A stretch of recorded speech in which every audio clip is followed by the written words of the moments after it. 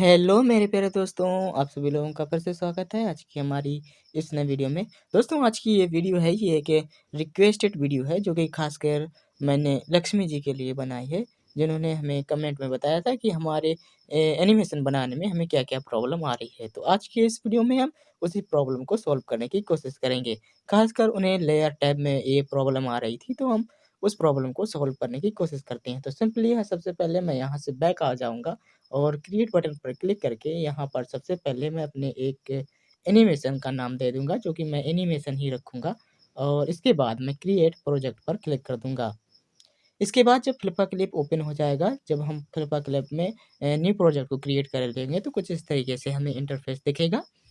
इसके बाद सिंपली मैं यहाँ से एक कोई बैकग्राउंड बना लेता हूँ ताकि आपको मैं समझा पाऊँ। तो सबसे पहले आपको यहाँ पर दिख रहा होगा लेयर का ऑप्शन एक है।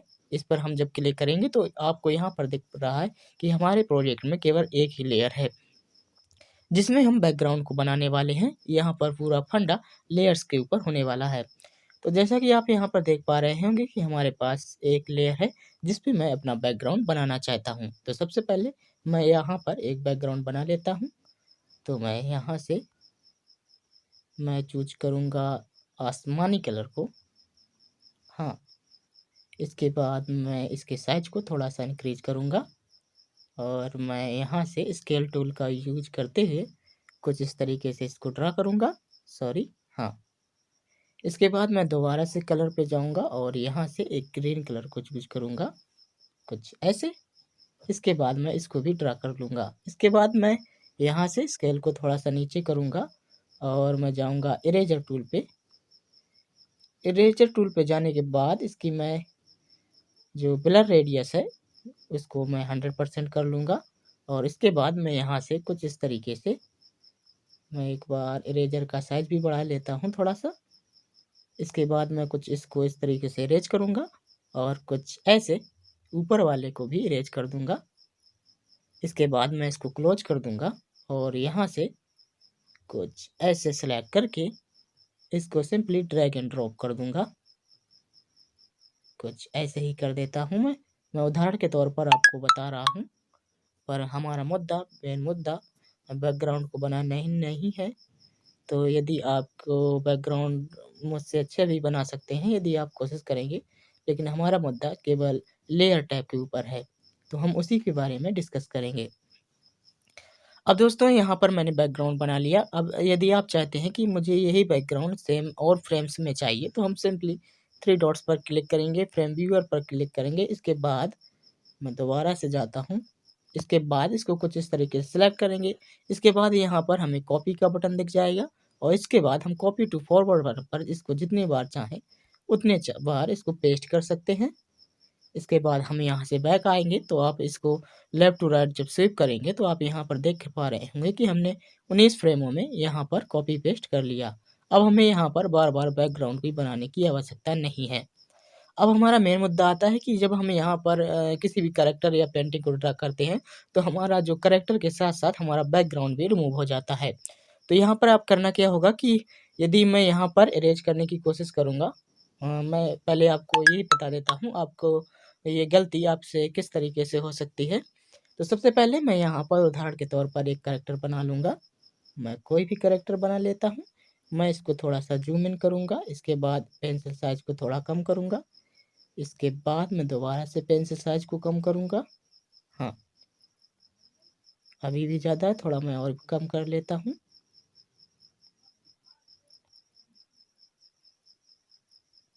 मैं आपको उदाहरण के तौर पर ऐसे ही बता रहा हूँ। वैसे भी मुझे ज़्यादा कार्टून वगैरह बनाना नहीं आता है।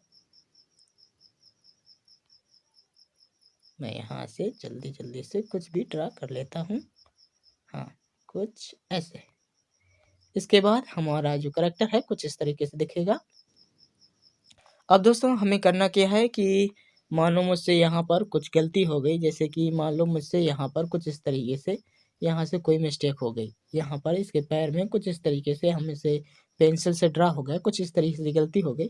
अब यदि हम इसको इरेज करने की कोशिश करेंगे तो हमारे पास 2 ऑप्शंस होते हैं, या तो हम अंडू बटन करके इसको इरेज कर सकते हैं, लेकिन जब हमारे पास इसको हम प्रोजेक्ट को बैक कर देते हैं और दोबारा से किसी और दिन या कि 1-2 दिन बाद इस प्रोजेक्ट में दोबारा काम करते हैं, तो ये हमारा अंडू बटन काम हो करना बंद हो जाता है। तो उस टाइम पे हमें यहाँ पर क्या करना होता है कि जब भी हमें यहाँ पर, जैसा कि मैं आप लोगों को दिखा देता हूँ एक बार।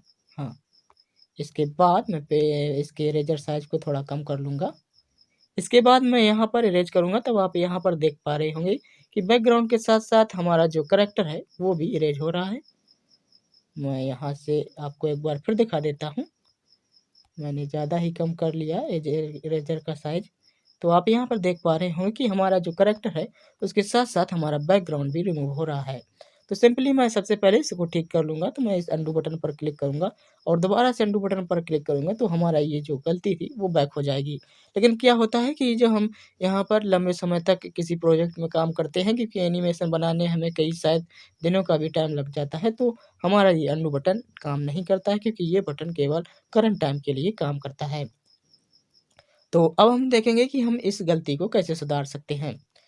तो यहाँ पर आप लोगों को एक बात और भी ध्यान देनी होगी कि जब हम एक ही लेयर में किसी भी चीज़ को ड्रा करते हैं, उसके बाद सिलेक्शन करते हैं, तो वो सिलेक्शन पूरी उस लेयर में जो भी चीज़ें रहेंगी, उस सिलेक्शन के अंदर वो सारी चीज़ें सिलेक्ट हो जाएँगी। जैसे कि मैं यहाँ पर इस करैक्टर को सिलेक्ट कर रहा हूँ, इसके बाद मैं यहाँ से कॉपी करूँगा।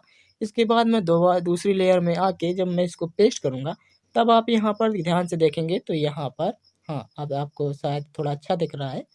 हमारा बैकग्राउंड भी सिलेक्ट हो रहा है।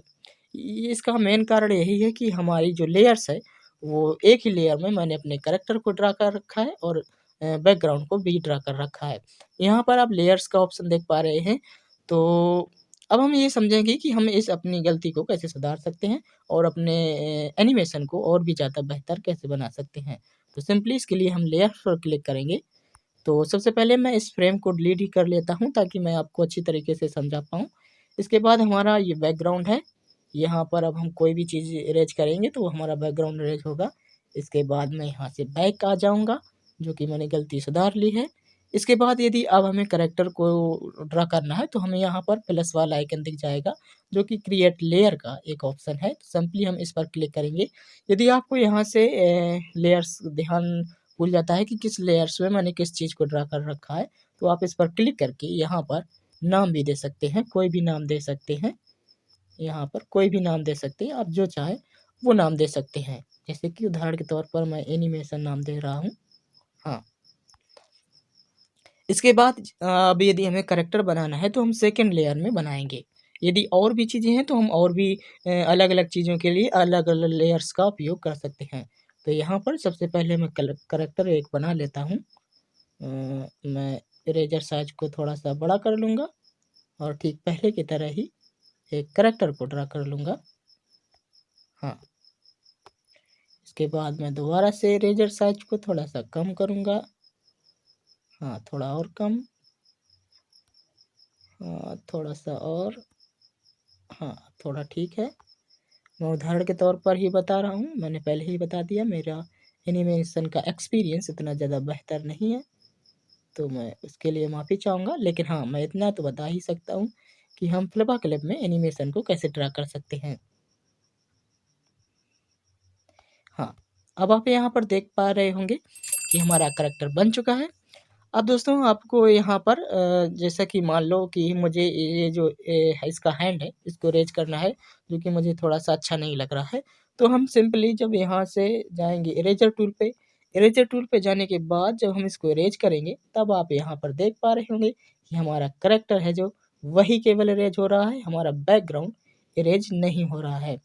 इसका मेन कारण यही है कि यहाँ पर जब हम लेयर वाले सेक्शन में जाएँगे, तब आप यहाँ पर देख पा रहे होंगे कि यहाँ पर जो हमारी लेयर सेलेक्ट है, वो रेड कलर से हाइलाइट रहेगी। तो हमारी लेयर्स वही सेलेक्ट है, इसलिए यहाँ पर केवल करैक्टर ही इरेज़ हो रहा है, क्योंकि हमारी वही लेयर सेलेक्ट है और उस लेयर में हमने जो-जो काम किया है, उस काम पे ही हम जो भी काम करेंगे, वो सारे काम उसी लेयर्स पर होंगे। तो आप यहाँ पर देख पा रहे होंगे कि इस लेयर में हमारा केवल करैक्टर ही है, इसलिए जब मैं इस लेयर में कुछ भी काम कर रहा हूँ तो हम केवल करेक्टर के साथ वो काम कर सकते हैं। इसका हमारे बैकग्राउंड पे कोई भी असर नहीं होगा। जैसे कि आप यहाँ पर देख पा रहे होंगे, मैं इसे जितना चाहूँ उतना अरेंज कर सकता हूँ। इसका हमारे करेक्टर पर बैकग्राउंड पर कोई भी असर नहीं होगा। यहाँ पर मैं इसे दोबारा से अनडू कर लूँगा और हमारा करैक्टर पहले की तरह ही सेम हो जाएगा। अब हमारे प्रोजेक्ट में कभी-कभी क्या होता है, एक से ज़्यादा चीज़ें होती हैं, तो हम उसके लिए अलग-अलग लेयर्स का उपयोग कर सकते हैं। आप यहाँ से जितनी चाहें, मैं जितनी चाहें तो नहीं कह सकता हूँ। केवल यहाँ पर आप 4 लेयर्स या 6 लेयर्स का उपयोग कर सकते हैं, क्योंकि इससे ज़्यादा उपयोग करेंगे तो आपका मोबाइल फ़ोन थोड़ा लैग मारने लगेगा। जैसा कि आपको यहाँ पर अभी वार्निंग भी शो होती। तो यहाँ पर 5-6 लेयर्स ही पर्याप्त होती हैं किसी एक प्रोजेक्ट को बनाने में। यदि आप इससे भी ज़्यादा लेयर्स को ऐड करेंगे तो आपका डिवाइस यानी कि आपका मोबाइल फ़ोन थोड़ा हाई क्वालिटी का होना चाहिए। अब हमें यहाँ पर एक बात और देखनी है, यदि हम अब अपने करैक्टर को रेज़ नहीं करना चाहते, हम अपने बैकग्राउंड को रेज़ करना चाहते हैं, तो हमें सिंपली करना क्या होगा? तो सबसे पहले मैं यहाँ से इन सारी लेयर्स को डिलीट कर लेता हूँ जो हमारे काम की नहीं है। जी, केवल मैंने उदाहरण के तौर पर आपको बता दिया कि हम लेयर्स को कैसे क्रिएट कर सकते हैं। हाँ, मैंने डिलीट कर दी। इसके बाद माना मुझे इस बैकग्राउंड में कुछ चीज़ों को डिलीट करना है, तो मैं सिंपली बैकग्राउंड वाले लेयर्स को सिलेक्ट करूँगा।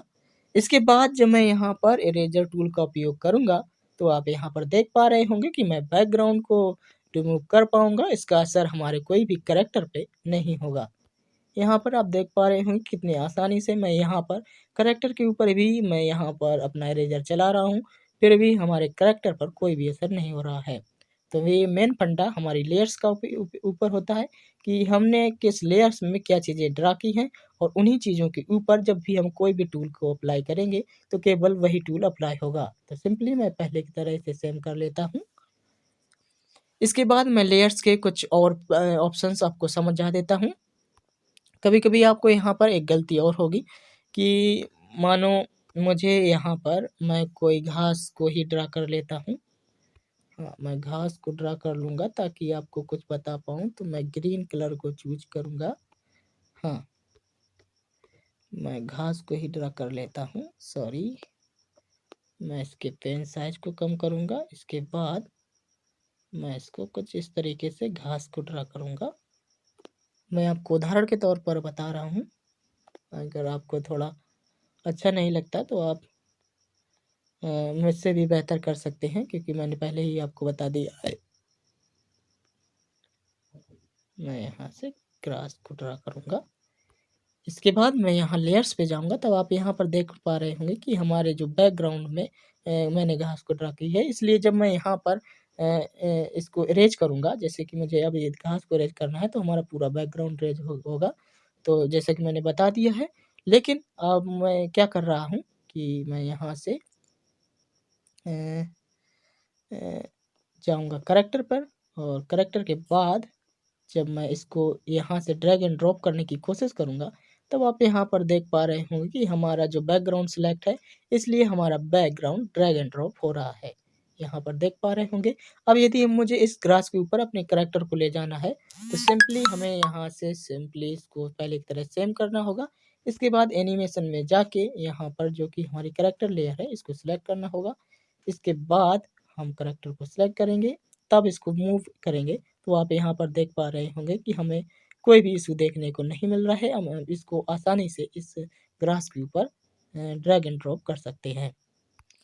यहाँ पर लेयर्स की प्रॉपर्टीज़ में हमें एक तरीके का और इश्यू देखने को मिल सकता है। तो इसके लिए हम दोबारा से जाएँगे, इसके बाद क्रिएट लेयर पर क्लिक करेंगे। यहाँ पर लेयर्स का नाम मैं दे दूँगा ग्रास। मैं दोबारा से यहाँ ग्रास को ड्रा करने वाला हूँ, तो मैं ग्रास ही नाम दूँगा।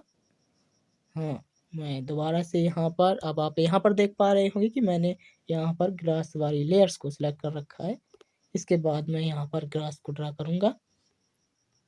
इस बार मैं थोड़ा अच्छे से कर लेता हूँ, और यहाँ से दोबारा से जाऊँगा और इसके कलर को थोड़ा-सा हाइलाइट कर दूँगा। हाँ, अब थोड़ा बेहतर है।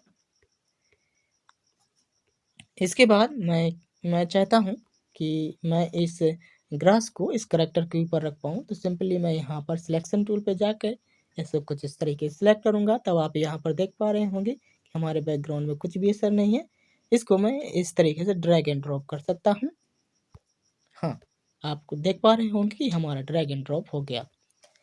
यहाँ पर लेयर्स की प्रॉपर्टीज में हमें एक और इशू देखने को मिल सकता है कि अब मैं यदि चाहता हूँ कि मैं इस ग्रास को इसके ठीक करैक्टर के पीछे रख पाऊँ, यानी कि ये जो हमारी ग्रास है ये इस करैक्टर के पीछे चले जाए, जो कि हमारा ब्लैक कलर का करैक्टर है, और जो करैक्टर है वो ऊपर आ जाए, तो सिंपली हमें लेयर्स पर जाना होगा और यहाँ पर ये 3 डॉट्स दिख रहे होंगे, इस पर हमें क्लिक करना होगा। सॉरी, मुझे 3 डॉट्स नहीं 3 लाइन्स कहना चाहिए। इसके बाद जब हम इसको होल्ड करेंगे एंड ड्रैग एंड ड्रॉप करेंगे, तब आप यहाँ पर देख पा रहे होंगे कि हमारी एनिमेशन वाली लेयर ऊपर आ गई, यानी कि इस लेयर में जो चीज़ें हमने ड्रा करी देंगी होंगी वो सबसे पहले दिखाएंगी। उसके बाद जो ग्रास वाली लेयर है इसमें, इस लेयर में हमने जो भी ड्रा किया होगा, यानी कि जो भी पेंटिंग हमने की होगी वो दिखाई देंगी। उसके बाद हमारा बैकग्राउंड दिखाई देगा।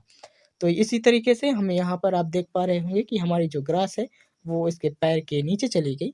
और अब यदि मैं यहाँ से इस लेयर को सिलेक्ट करके दिखाऊंगा, मैं इस लेयर को, जो हमारी ग्रास वाली लेयर है, इसको सिलेक्ट करूंगा, तब आप यहाँ पर देख पा रहे होंगे जो हमारी जो ये ग्रास वाली लेयर है ये इसके पैर के नीचे यहाँ पर मूव हो रही है। आप यहाँ पर देख पा रहे होंगे हमारा जो ब्लैक ब्लैक करेक्टर है उसके पैर के नीचे मूव हो रही है, और इसको मैं कहीं भी ड्रैग एंड ड्रॉप कर सकता हूँ कुछ इस तरीके से। इसके बाद जाते-जाते मैं वीडियो को ख़त्म करने वाला हूँ, तो 1-2 लेयर्स की और प्रॉपर्टीज़ को मैं बता देता हूँ। यहाँ से आप अपनी करैक्टर की ओपेसिटी को कम या ज़्यादा कर सकते हैं, और यहाँ से अपने करैक्टर को हाइड भी कर सकते हैं। उस लेयर में जो चीज़ें आपने बनाई होंगी वो सारी चीज़ें हाइड भी कर सकते हैं। जैसे कि इस लेयर में मैंने करैक्टर को बनाया है, और इसको जब मैं यहाँ पर एक बार टिक करूँगा, तब आप यहाँ पर देखेंगे कि वो उस लेयर में जो चीज़ें होंगी वो दिखना बंद हो जाएँगी। जब हम दोबारा से आकर यहाँ पर क्लिक कर देंगे तो हमें वो 2 चीज़ें दोबारा से दिखने लगेंगी। इसके बाद यहाँ पर ओपेसिटी का ऑप्शन मिलता है, जिसकी मदद से हम यहाँ पर ओपेसिटी को कम या ज़्यादा कर सकते हैं। ओपेसिटी का मतलब होता है कि हम अपने करैक्टर को कितना कम या ज़्यादा दिखाना चाहते हैं। उस लेयर में जो भी चीज़ें होंगी, उसके बाद जब आप यहाँ पर, जैसे कि मैं यहाँ पर दिखा दूँ कि हमारा जो ब्लैक कलर का करैक्टर था वो कितना डल दिखने लगा, यानी कि कितना फीका दिखने लगा। ओपेसिटी का यही काम होता है कि वो चीज़ों को कम ज़्यादा दिखने के लिए उपयोग किया जाता है। तो सिंपली मैं इसको जब लेफ्ट टू राइट या राइट टू लेफ्ट करूँगा तो मैं इसकी ओपेसिटी को कम या ज़्यादा कर सकता हूँ। तो सिंपली मैं इसकी ओपेसिटी को पहले की तरह ही कर लेता हूँ। मैं इसको सही से नहीं कर पा रहा हूँ, तो मैं इस पे एक बार क्लिक करूँगा और यहाँ से इसकी ओपेसिटी को बढ़ा दूँगा, तो यहाँ पर इसकी ओपेसिटी 100% हो जाएगी। तब आपका करैक्टर पहले की तरह सेम ही दिखने लगेगा। इसके बाद जब हमें यहाँ पर इस एरो वाले आइकन पर दोबारा से क्लिक करेंगे, तब हमें यहाँ पर और भी ऑप्शन मिलते हैं जिनको हम एडजस्ट कर सकते हैं। यहाँ पर हमें ब्लेंडिंग मोड मिलता है, जिसकी मदद से हम अपने लेयर्स और बैकग्राउंड को, और भी जो लेयर्स आती हैं उनके साथ ब्लेंड भी कर सकते हैं। पर ये फीचर्स शायद मेरी तरीके से सही से इसमें काम नहीं करता है, क्योंकि इसके लिए हाई डिवाइस चाहिए। तो मैं आपको सजेशन दूँगा आप ना ही उपयोग करें तो ही ठीक है। आप यहाँ पर ये टर्न ऑन करके या ये चीज़ें यूज़ कर सकते हैं। यहाँ पर आप इसके साइज़ को कम ज़्यादा कर सकते हैं। अल्फ़ा यानी ये ठीक ओपेसिटी होता है।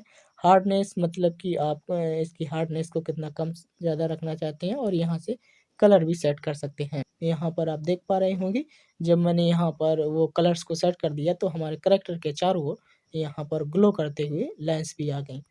तो दोस्तों इसी तरीके से आप लेयर्स का उपयोग कर सकते हैं और अपने एनिमेशन को और ज़्यादा बेहतर से बेहतर बना सकते हैं। तो आशा करता हूँ दोस्तों आज का हमारा वीडियो पसंद आया होगा। यदि वीडियो पसंद आया हो तो वीडियो को लाइक, शेयर और चैनल को सब्सक्राइब ज़रूर करिएगा। तब तक के लिए खुश रहिए। Bye bye.